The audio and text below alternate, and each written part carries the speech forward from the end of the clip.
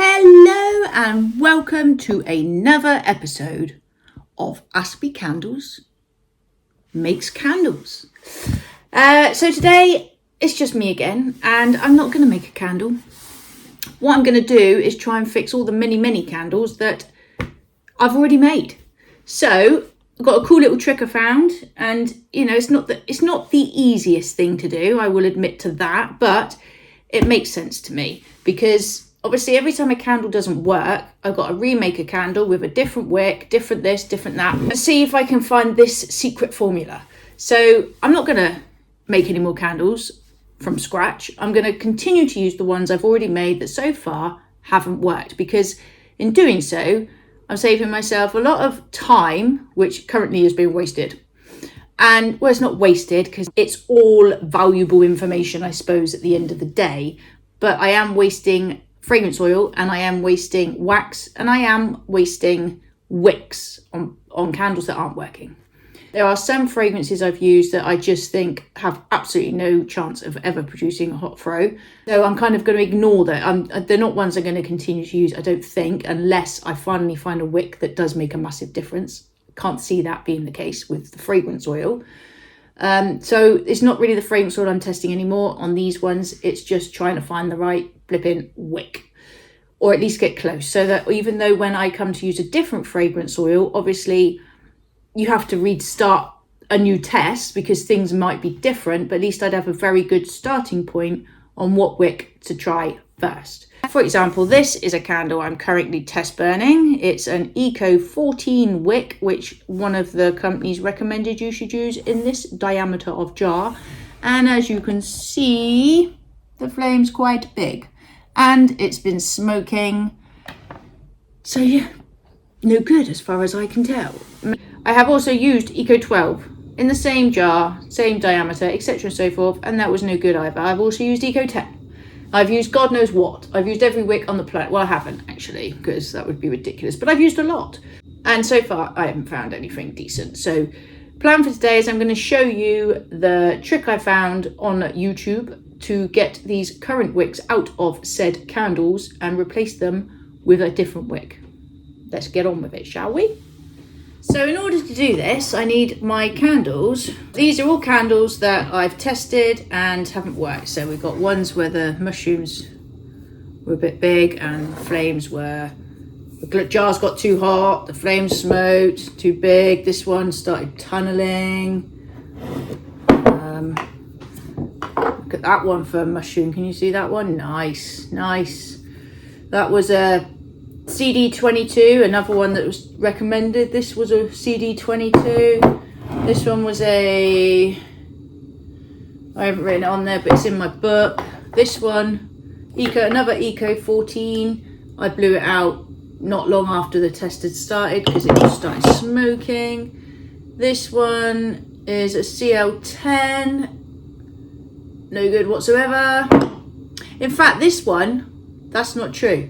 This one is the one in one of my very first burn tests that developed a sinkhole. So I never know actually if this wick would have done very well because after the sinkhole it just tunneled. This one is a brand new one which I can't test yet. That was made on, ooh, that smells nice, vanilla. That was made on the 31st. So I can test that one. That's a little bit exciting. This, ooh!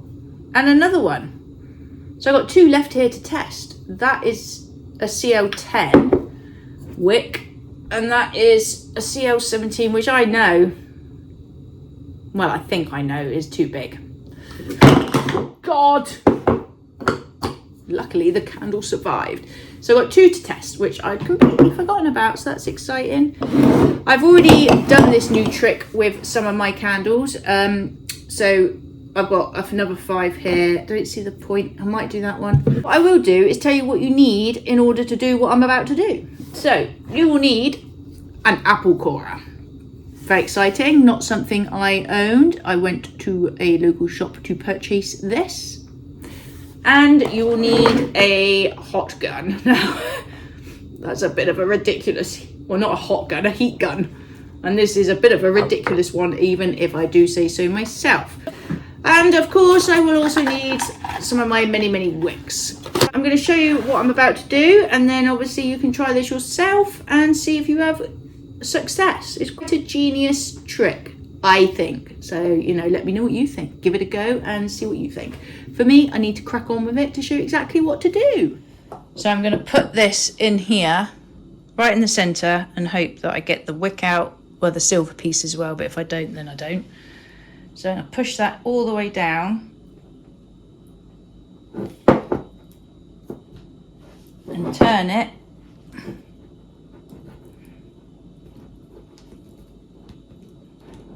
And then pull it up. And as you can see, you get your column of wax out. So I'm just going to push that through here, try and keep it whole if I can. And then I can try and get this wick out, which is obviously not going to be easy. So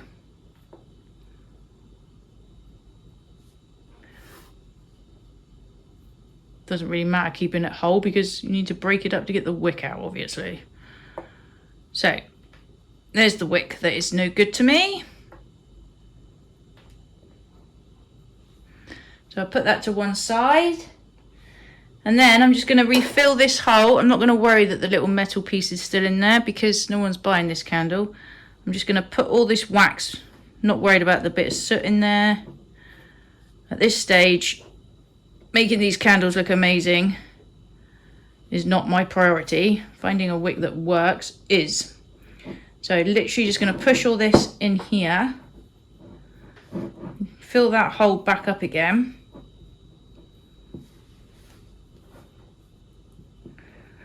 And then in a minute, I will heat gun the top of this candle and make it look all pretty again. And then when it's solidified, I can insert a new wick, a bit like how they do with the wickless testing that lots of people do, which is starting to look more and more appealing to me, to be fair.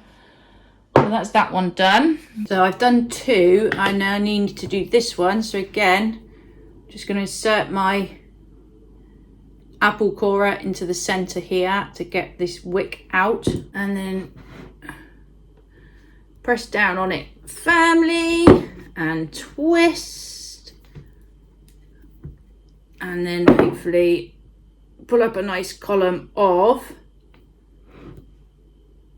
wax, remove the wick,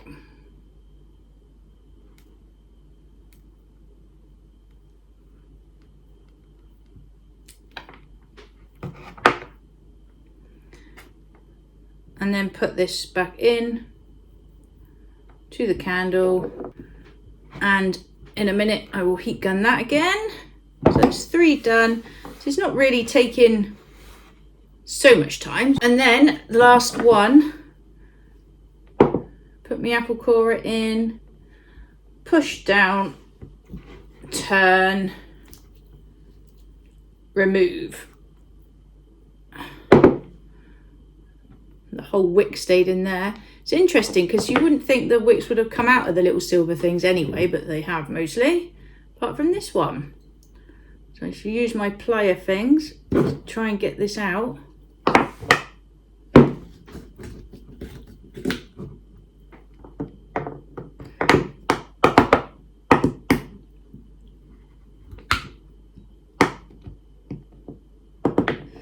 And then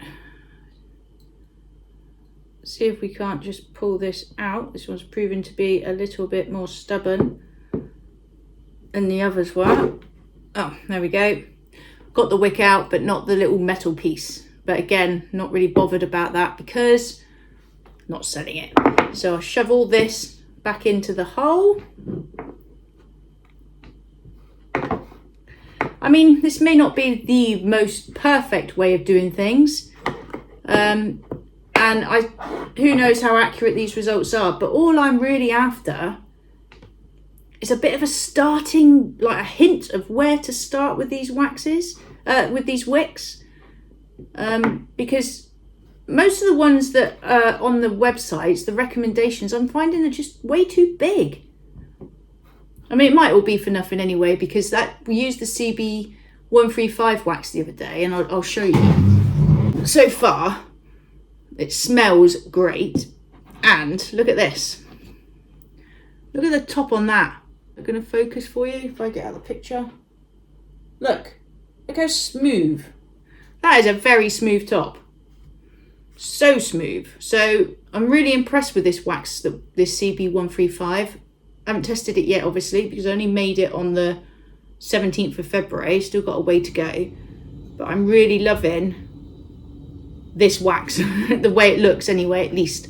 So on first impressions, I'm preferring it. So this other stuff might all be for nothing, because these are all the Nature C3 wax candles. I might move to this anyway. So look at the state of that.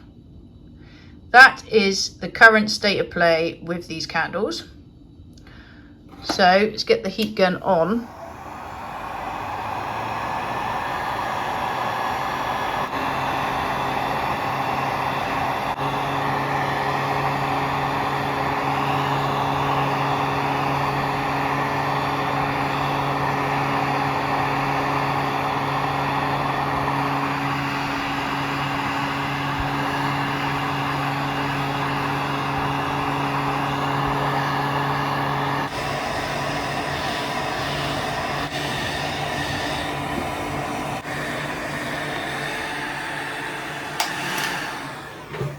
So I've done that. They've all been exposed to the heat gun, which makes the glasses quite hot actually. Especially that one. So that's that part done. I'll show you. So ignoring the bits of soot in there from the wicks, but there's a little air bubble there. Pop that. Oh, doesn't really matter. So yeah, except for the soot and the couple of air bubbles, they have now all been heated and will now obviously start solidifying. So now I just need to let them solidify back up again, so that when they've turned back to solidified wax, I can make a hole in them and insert these other wicks so that we can then test them again. Obviously they haven't got a cure for 2 weeks anymore, because at least one of these is well over a month old, 6 weeks maybe. So that's going to really confirm one way or the other whether that fragrance oil is any, although I suppose you could argue that the percentage of oil could make a difference. But yes, that's what I've got to do. I'm going to leave them to set, and then we will come back when that's done to insert the wicks. Before we pause for a break, what's your opinion on this candle that I showed you earlier? The glass isn't hot. You'd think it would be really hot, and it isn't, which throws me a bit. I've had this burning since about 1 o'clock. And I don't know what the time is now. It's got to be about 4:15. So this has been burning 3 1/4 to work that out. 3 1/4 hours, and the melt pool's fine, and the glass is not too hot. But the flame looks too big to me. There is quite a carbon ball on it. It's baffling me that the flame's so big, but the glass is not as hot as I thought it would be. Anyway, what is your opinion on this candle, please? That flame's too big, isn't it? See, the melt pool at 3 1/4 hours is fine. I mean, it's not to the point where you can see it on the edge of the glass yet, so it's not really, really deep. In fact, I'd say it's perfect. Just look at the size of the carbon ball. But it's the flame. Look at the flame. If I show you from here, moving all over the place. So that has got to be a no-go, isn't it? Anyway, yeah, your thoughts would be marvellous. So yeah, feel free to leave some in the comments. So we're back again, and they've all solidified, as you can see. Now all I've got to do is put the wicks in. So I'm just going to use my pokey tool and find the centre of the candle, and then push the pokey tool in as such, and then take it back out again. I've got my wick from earlier, my CD14, and I'm just going to pop that in the hole like that. So I've just got a wick in the hole, and that's that one done. And then do the same in the other jars. Still got that candle burning, as you can see. I'll show you in a minute. The flames, oh, it's massive. Anyway, poke the hole in this one. and get a different wick. This is a CL. Oh, I wanted to put this in the little one actually, so I'll save that. That's the CO10. I'm going to put a CO10 back in that one because that's the one that had the sinkhole that time. So I never really could discover whether it was any good or not. This is a CD10, which initially I would have thought would be very, very wrong, but the higher CDs don't seem to, they haven't worked for me, so let's go small. So I just pop that one in like so. That's 2 done. And then we'll pop this one, do the same with this one.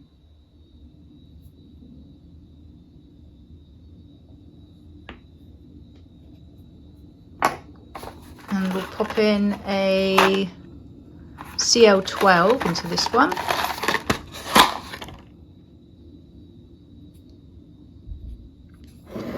And then we've just got the last one to go. Just this little 20 CL jar to go. Hole in the middle. And that's going to pop this one in here, the CL10. Chop the bottom off. Take that out of there and pop that in.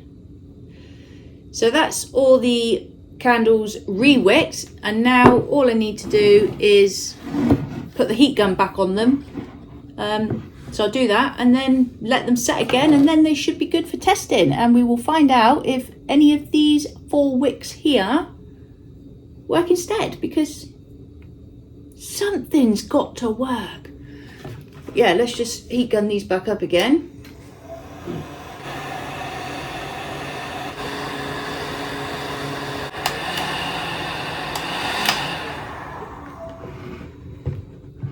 Right, so they have all now been heated back up, and I will allow those to set again, and then we should have some wicks. We should have some candles that are good to test. So that one there, didn't really get that in the centre, did I? But the others are all good. So that one doesn't look like it's centre until I turn it. So there we have it. It's a neat little trick.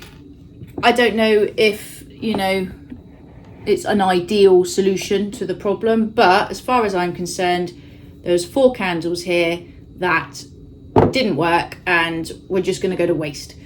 Now I've re-wicked them and I can try them again. And so, you know, they might give me some results. I wouldn't necessarily take those results as being legit. If this one comes back suggesting the CL10 is perfect, then I will then make a whole fresh candle with the CL10 and do it properly. So yeah, all I really want is, in fact, I'm going to re-wick this. That's so not in the center. I'll let that one set and put that one back in a minute.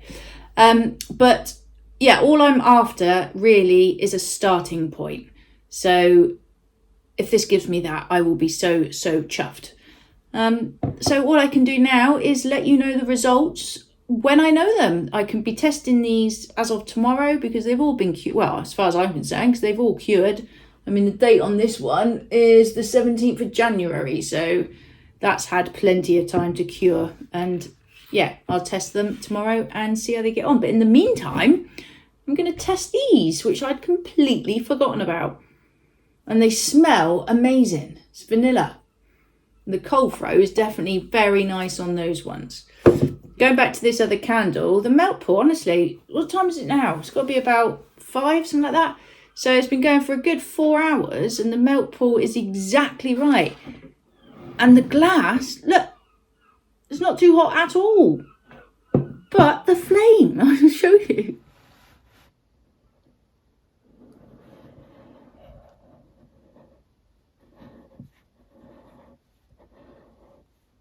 You know, that was melt pour, great.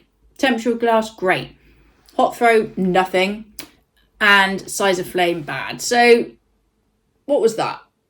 That is an Eco 12. No, it doesn't say what fragrance oil that is. Probably, when did I make it? 24th of January. So it's probably sandal. Well, either rock salt and driftwood or sandalwood and black pepper. I'm not sure. It'll be one of those, I think. But yeah, so it's a no-go because the flame's definitely, I would not be comfortable making candles with that size flame, so no. But the melt pool, I've got the melt pool right, and the temperature of the glass is all right, which is surprising considering the size of the flame. But there we are. Everything in candles baffles me, I have to be totally honest with you. Anyway, I hope this video was of use to somebody out there. And yeah, if it's something you ever go at yourself, then and you get any results or it gets you to a starting point, then yahoo! And let us know about it. It's what I'm fingers crossed that it does that for me, because it just would be brilliant. It's just that every time you start to make your candle, every time I've done one, I'm just at square one all the time. So just be nice to be able to move on from that and feel like I'm actually getting somewhere. So hope it helps somebody out there. And yeah, I will see you in the next video when who knows what I'll be doing. Hopefully giving you some positive feedback on these wicks. But yes, you take care and see you in the next one. All right, thanks for tuning in. Bye.